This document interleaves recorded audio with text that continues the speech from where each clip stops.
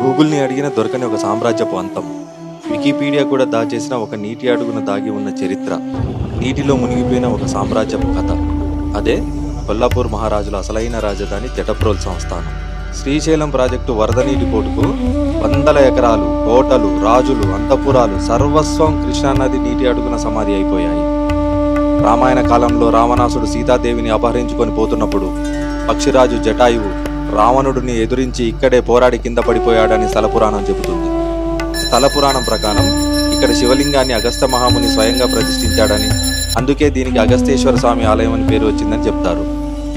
ఇంతటి ఘన చరిత్ర ఉన్న ఈ జటప్రోల్ పుణ్యక్షేత్రాన్ని మనం ఎప్పుడు సందర్శించాలి, అసలు అక్కడికి ఎలా వెళ్ళాలి, మన జీవితంలో ఒక్కసారైనా ఈ అద్భుతాన్ని ఎందుకు చూడాలో చాలా ఆసక్తికరమైన విషయాలతో కూడిన పూర్తి వీడియో మన ఛానల్లో సిద్ధంగా ఉంది.